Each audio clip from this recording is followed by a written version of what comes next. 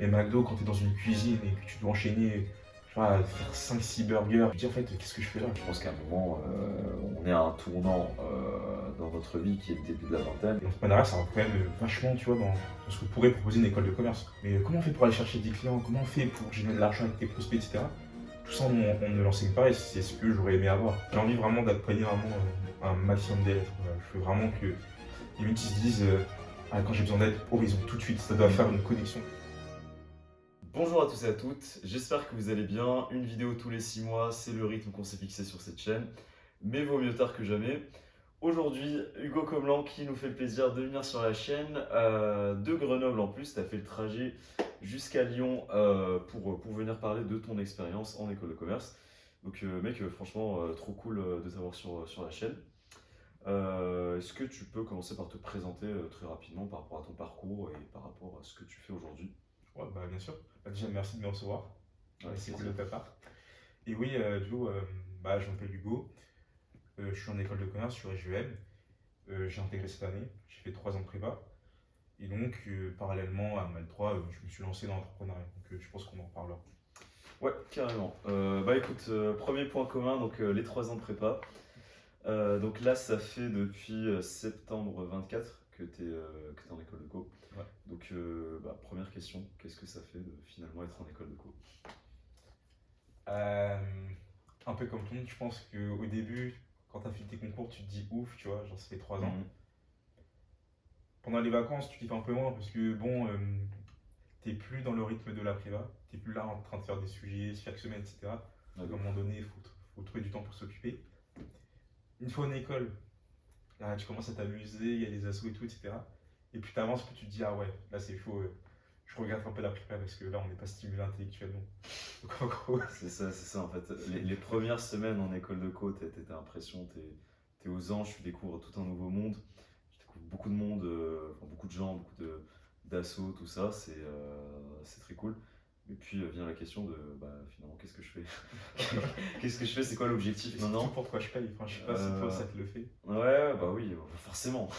Forcément, et quand tu vois les cours que tu as, le système, comment il est pensé, en fait, c'est rien à voir avec la prépa.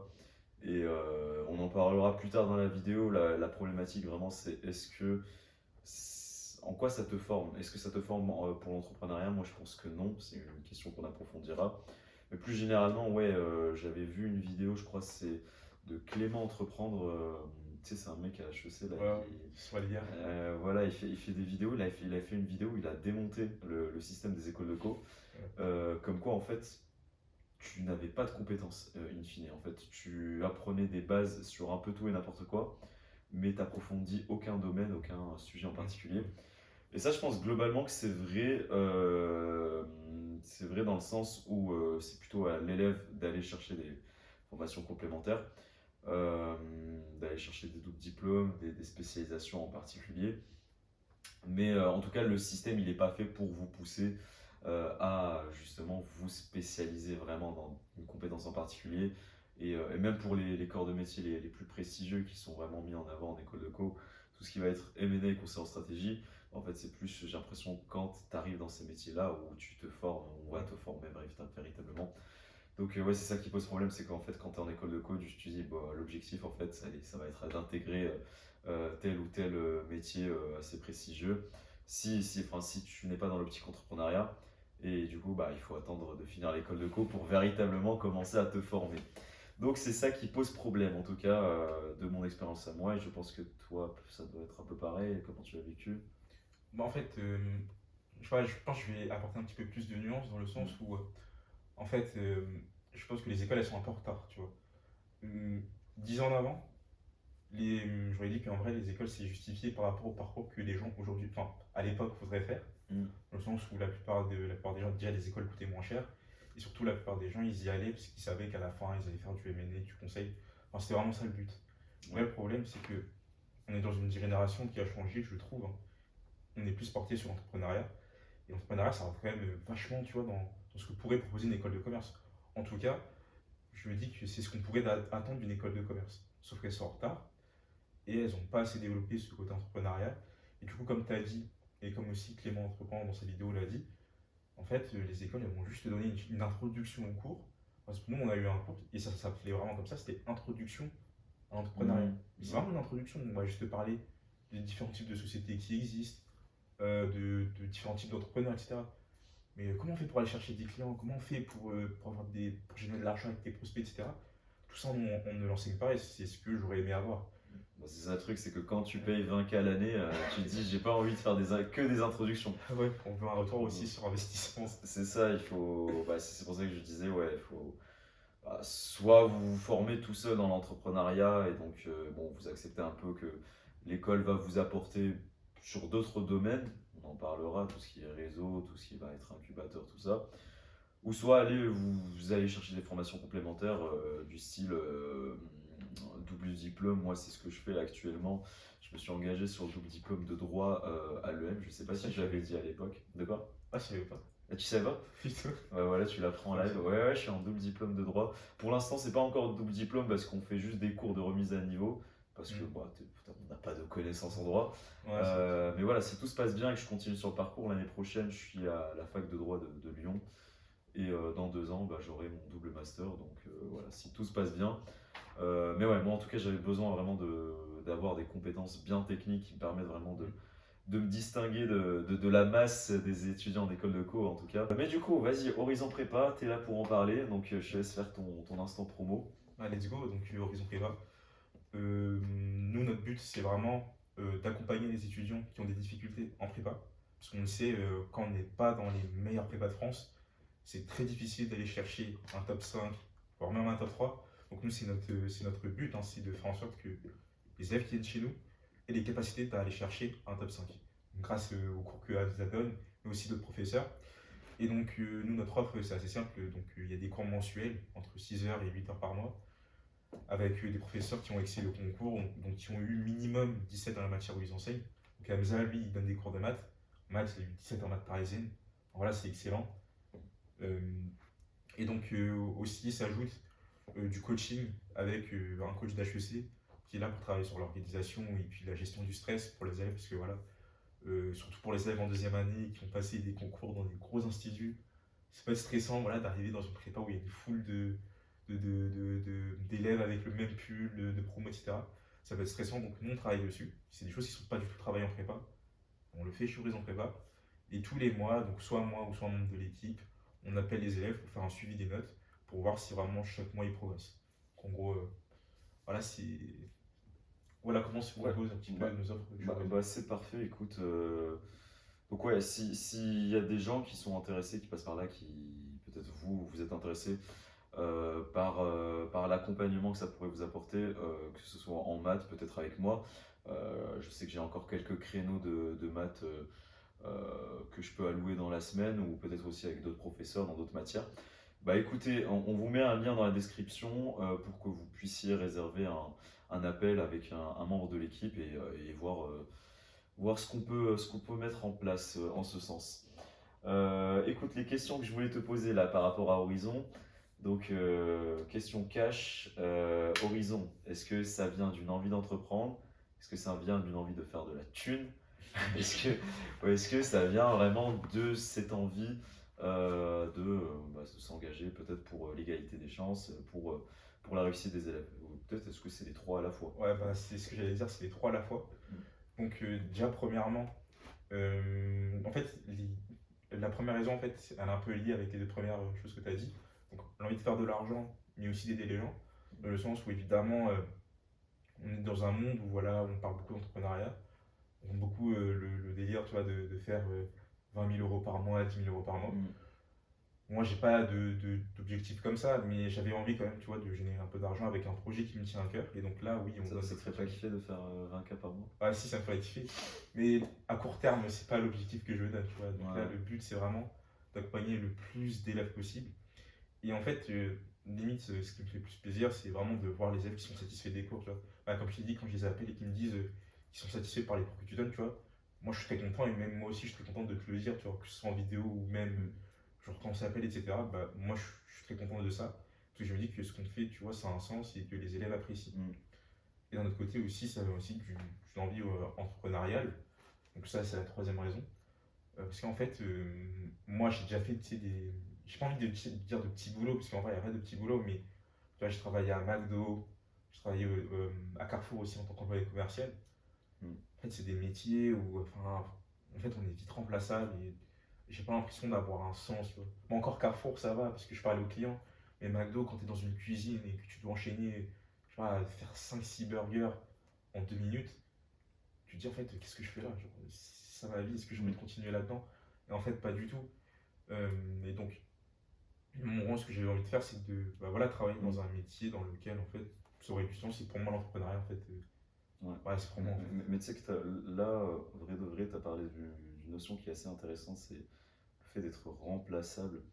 Et je pense que l'entrepreneuriat, ça aide beaucoup en fait dans ce sens-là. Si justement si tu as cette envie de t'individualiser, enfin de te singulariser sur une compétence en particulier, euh, peut-être tu n'auras pas eu le temps de t'en rendre compte parce que toi tu t'es vraiment lancé directement dans l'entrepreneuriat et t'as pas suivi en fait cet effet moutonnier de l'école de co où tout le monde va se lancer dans la quête du Saint Graal M&A ou du conseil en stratégie. Mais là je dis ça parce que je suis en deuxième année en Master 1 à l'EM et il y a beaucoup de gens qui étaient vraiment esprit shark, je sais pas quoi, toutes ces conneries qu'on peut se dire en première année à l'EM, et qui se sont déchauffés parce qu'ils se rendent compte que, euh, eh bien en fait, de la même façon que bah, tu vas être une pièce dans un engrenage à McDo ou quoi que ce soit, mais ça va être la même chose, mais dans des plus grosses structures lorsque tu Tu veux t'engages. que je te dise un truc? Ouais. Genre, en vrai, c'est marrant parce que tu vois, moi, quand j'étais en prépa, bah, surtout en cube, Mm. je m'intéressais, tu vois, à mon avenir et tout. Et je me disais que, enfin, je regardais les vidéos de personnes qui étaient passées par la prépa et qui après parlaient de leur parcours post-école de commerce. Ouais. Donc, les métiers dont ils parlaient, tu vois, c'était du conseil en stratégie, du M&A, du private equity, un peu de finance de marché.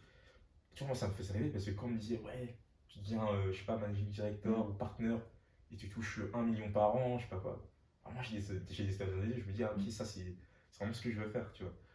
Mais après, en parlant, tu vois, avec des alumni, enfin, des écoles en tout cas, parce que moi, j'ai des amis qui ont fait des stages en M&A et tout. Enfin, tu les revois, les mecs, ils ont pris, tu vois, en 6 mois de stage, ils ont pris 5 ans dans la tête, tu vois, avec des Mm. cheveux qui sonnent limite. Ouais, Et non, tu mais te dis, ah ouais, ok, tu vois. la plupart se forcent en fait. En fait, encore une fois, il faut faire la distinction entre les gens qui ont une appétence pour le M&A, pour la finance d'entreprise, la finance de marché, tout ça, donc des gens qui ont envie d'aller dans ces secteurs-là et pour qui ça va se faire naturellement, et des gens pour qui ça va être ce qu'un ami à moi, je vais reprendre ces termes, avait qualifié de combat d'une vie. Donc j'étais mort de rire, j'étais en appel avec un pote un jour.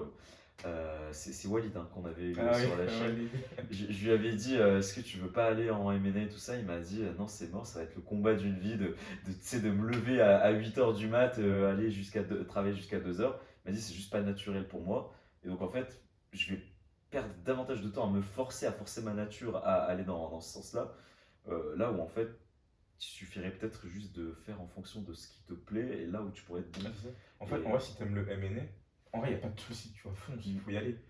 Mais si t'aimes pas, enfin, je veux dire, si t'aimes pas faire des trucs Excel, aligner des logos, des trucs comme ça, mm.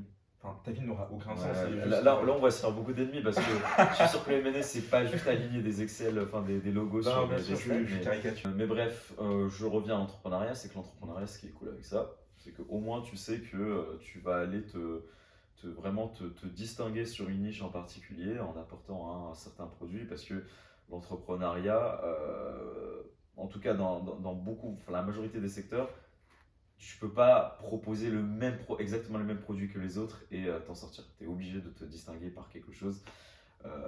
Et donc c'est là où c'est cool et en fait tu sens, tu as cette idée de sens un petit peu, surtout sur une niche du coup comme les cours particuliers où comme on le disait, bah, ça fait plaisir. Ça fait plaisir de se dire que tu accompagnes des élèves, que c'est peut-être cet élève-là enfin, je veux dire, tu as un impact qui aura, enfin, je veux dire, t'as un impact sur le long terme par rapport à la personne, et ça c'est inouï, c'est vraiment cool.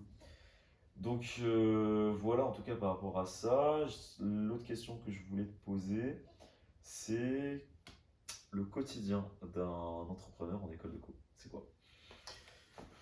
C'est énormément de taf, en limite comme tu venais. En tout cas au début. Tout ça pour ça. En tout cas au début parce que c'est un peu normal. Donc là je monte une structure, donc évidemment en fait je touche à tous les corps de métier. C'est-à-dire que je vais faire de la vente, je vais préparer des produits, je vais faire de la prospection, parfois aussi je vais animer des conférences. Enfin tu vois c'est beaucoup de choses qu'on fait en même temps au début. Et je suis obligé de toucher à tous ces métiers parce que, bah, évidemment, pour l'instant, je ne peux pas encore déléguer. Donc, évidemment, ça me demande beaucoup de travail. Mais après, j'aime ça, tu vois. Donc, pour moi, ça a un sens. Je me lève le matin et je me dis, ah, ok, cool. Combien d'élèves je vais aider aujourd'hui, tu vois. C'est un peu ça. Donc, le quotidien, pour vraiment rentrer dans le détail, bah, j'ai cours en école de commerce, donc ça c'est normal, donc 8 heures. Tu sèches pas les cours? Ça ne pas le dire. Ah si, bon, c'est un secret de polichinelle, c'est Ouais, que non, ça sèche beaucoup les cours. Je sèche beaucoup. Ça dépend des écoles. En fait, j'essaie de limiter de sécher les cours parce qu'en fait, nous, à GEM, en fait, on a le droit à sécher les cours 3 fois par cours dans le semestre. Donc, tu vois, moi, je fais des petits calculs. Parfois, le matin, quand j'ai pas envie d'aller en cours. Sur un même cours, t'as le droit à 3 fois? Ouais. Mec, vous avez un joker de plus que nous. Ah oui, c'est 2 fois. Ouais, c'est 2 fois, ouais. 2 fois sans justifier, bien sans sûr. justifier. Ouais, ouais.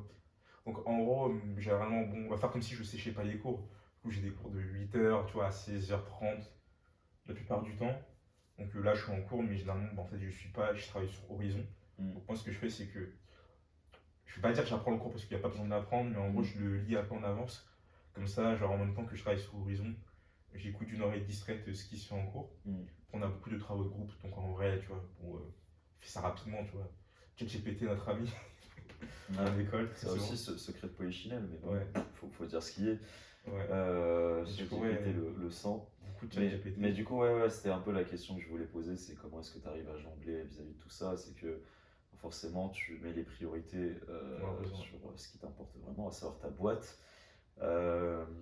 Question là comme ça par rapport à Horizon, quelles sont les ambitions que tu as vis-à-vis de ta boîte? Moi, le but là, vraiment, c'est d'accompagner vraiment le plus d'élèves possible. Genre, déjà sur le peu d'élèves qu'on a, ils sont vraiment hyper contents.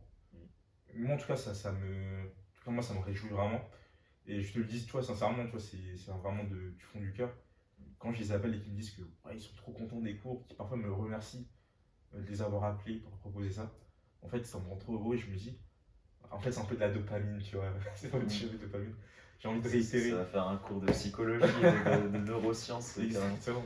Mais j'ai envie vraiment d'accompagner vraiment un maximum d'élèves. Je veux vraiment que limite ils se disent quand j'ai besoin d'aide, Horizon, tout de suite, ça doit faire une connexion logique dans leur cerveau. Ouais, mais en fait, tu focuses vraiment le client, et c'est ce qu'on disait tout à l'heure quand il y avait mon coloc.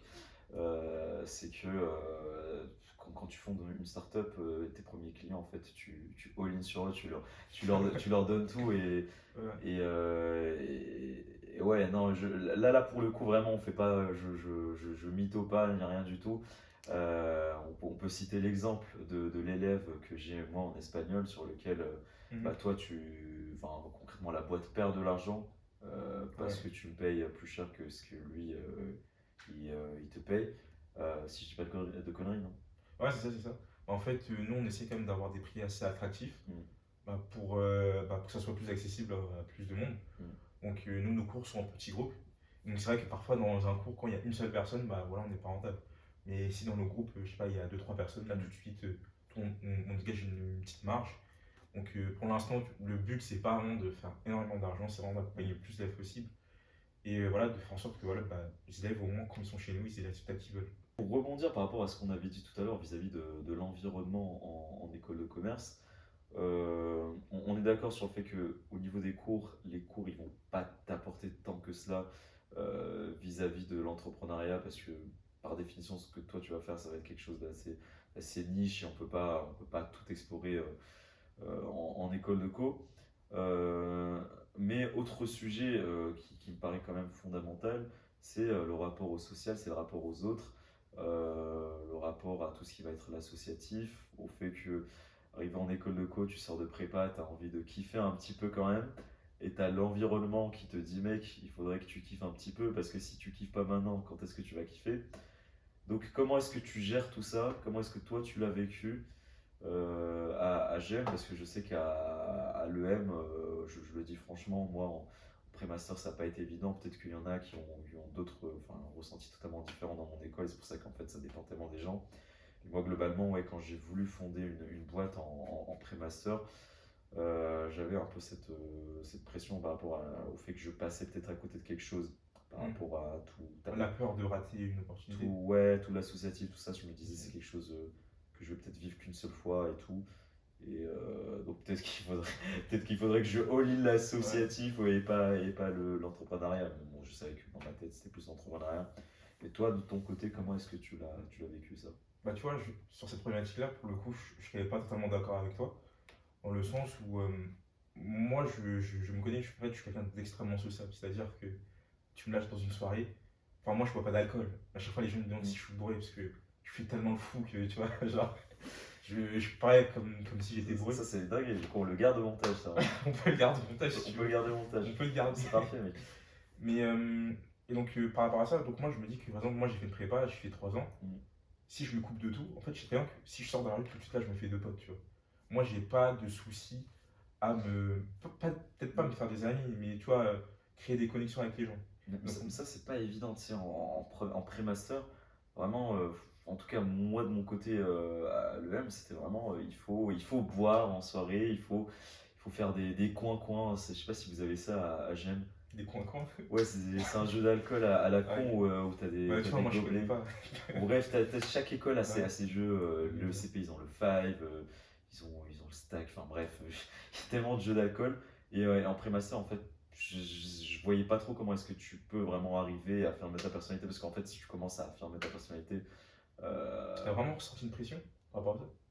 ouais, pression, c'est peut-être un mot un peu fort, mais pas pression, mais en Non, mode je vais être décalé.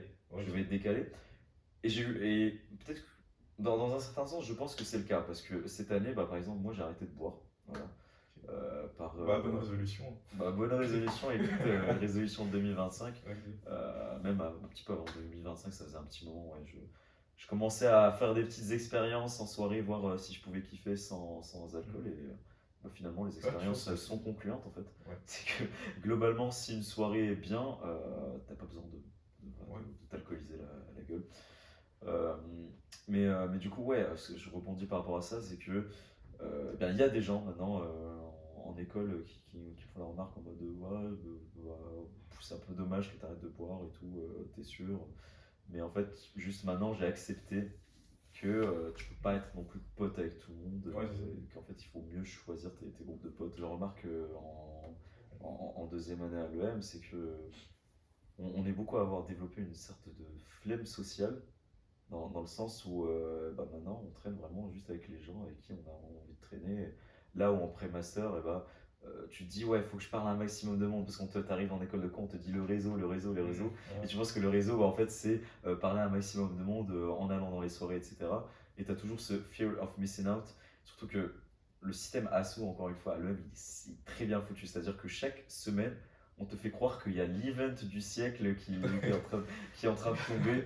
T'as pas l'impression de te faire scam semaine après semaine, genre? Ouais, bah, semaine après semaine, tu perds de l'argent, tu perds en Ouais. espérance de vie à force de boire Mais ceci, c'est un sujet, comme un hein. trou. De L'argent quoi? en école de commerce. Tu vois, l'argent que tu mets, enfin que tu dépenses dans les soirées et tout, Mm. ça serait pas mieux, tu vois, de le réinvestir dans un projet qui te tient à cœur. Tu vois, il y a ça aussi, tu vois, la question se pose. Mais c'est un vrai sujet, mais c'est un sujet qui nous fera dériver sur un sujet encore plus profond. C'est la question de savoir ce qu'on a envie de faire en école de co et comment est-ce que les gens se retrouvent à fuir cette responsabilité qui est de trouver ce que tu as envie de faire.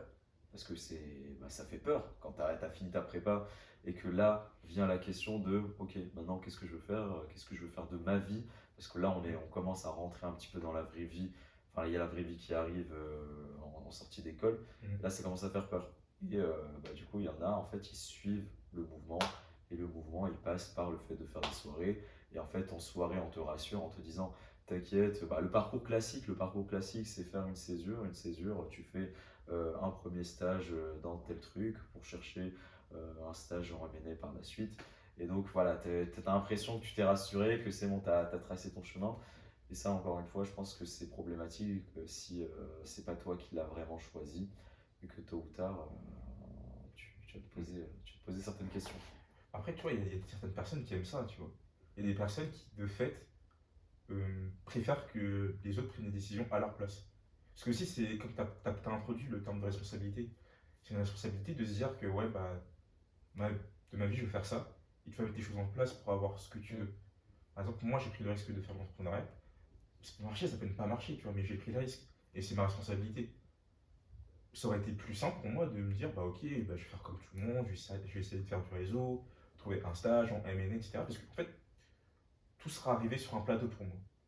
Et en gros, c'est une charge mentale que j'aurais pas. Ça convient à Oui, certaines personnes et pas à d'autres. je dirais que oui et non, dans le sens où en faisant de l'entrepreneuriat, tu sais globalement que tu es un peu enfin, que tu es en phase avec toi-même. Parce que tu as envie de faire ça, alors que bah, si tu te forces à aller dans un système que les autres t'ont suggéré, et bah, en fait, si ce système-là ne te plaît pas, tôt ou tard, tu n'auras juste pas la volonté qui va avec. Ouais, surtout si ta femme, enfant, etc. Changer de voie, ça va être compliqué. Ah Là, oui, vu qu'on oui, est ça jeune, sera tu vois, trop c'est tard. plus simple. Mais même, ouais, en fait j'ai l'impression que ouais, ça dépend vraiment des gens. Il y a des gens, ils peuvent se laisser porter. Globalement, je pense qu'à un moment, tout le monde aura cette remise en question Mm. de se dire, ok, en fait, je suis pas en train de faire ce qui correspond vraiment à mon moi intérieur. Là, on dérive sur de la philosophie, mais je pense que ça aussi, Mais c'est intéressant, hein. c'est intéressant. Ouais. Je pense qu'à un moment, on est à un tournant dans notre vie qui est le début de la vingtaine où en fait, tu prends les décisions qui peuvent vraiment impacter tout le reste. En fait, je trouve que justement, c'est dans la vingtaine qu'il faut prendre des décisions. Parce que je me dis tout le temps que en fait, après, ça sera trop tard. T'en as beaucoup, ils te disent le contraire, ils te disent en fait tu peux changer à tout moment. Non, c'est pas vrai. Moi, je suis pas d'accord. Tu peux pas changer quand t'es père de famille. Oui, voilà, Que c'est ça. Enfin, je veux dire, si je sais pas, t'as un crédit à la banque sur 20 ans, ta maison, ta voiture, ta femme, enfant, Je enfin, sais. tu peux, mais c'est risqué de fou, quoi. Ou Bah, soit, t'es obligé tu d'avoir peux, et ton- encore ça dépend de ce que tu veux faire. Genre par exemple, si toi à 35 ans bah, t'es avocat et en fait, tu te rends compte que ce que tu aurais voulu faire c'est de la médecine, Ouais, bah, là c'est là, un c'est peu, trop là, tard. c'est un peu trop tard. Ouais, ouais. Non, là, c'est un peu un cas extrême, mais tu vois, généralement, quand tu parles avec des entrepreneurs qui ont vraiment dépassé la trentaine, quarantaine, ce qu'ils te disent, c'est qu'ils ont deux jobs. Ils ont leur job alimentaire, tu vois, et un deuxième pour espérer, enfin, ils ont un deuxième job donc entrepreneurial dans lequel ils espèrent qu'ils vont générer assez de bénéfices pour pouvoir remplacer leur emploi alimentaire. Le problème, c'est que du coup, ça t'alourdit tes journées et tu as moins de temps que tu peux allouer à ton projet entrepreneurial qu'une personne dans la vingtaine, tu vois. Par exemple, moi, enfin, je veux dire, je sais pas, par exemple, si j'ai des vacances, bah, toute la semaine, je vais bosser sur la boîte, quoi. Alors que quelqu'un qui aura la trentaine, enfin, je sais pas, il aura des enfants à gérer, il aura sa vie de famille, peut-être que dans son travail, je sais pas, il doit poser des jours, enfin, tu vois, c'est compliqué. T'as moins d'énergie, Exactement. genre la trentaine. Bon, écoute, je pense qu'on a fait le tour à peu près des sujets là, que je voulais aborder. J'ai fait le tour de ma petite feuille. En tout cas, c'était cool, ouais. Ouais, merci beaucoup Hugo d'être venu, d'avoir partagé tout ça. Donc, je rappelle, si jamais vous avez besoin de prendre des cours particuliers, vous voulez tester et tout ça, que ce soit avec moi ou avec d'autres professeurs sur d'autres matières, vous avez le lien en description. Merci encore Hugo d'être venu. Merci à toi, Et c'est avec ouais, grand plaisir. on se dit à une prochaine. À Allez, très bientôt. ciao ciao.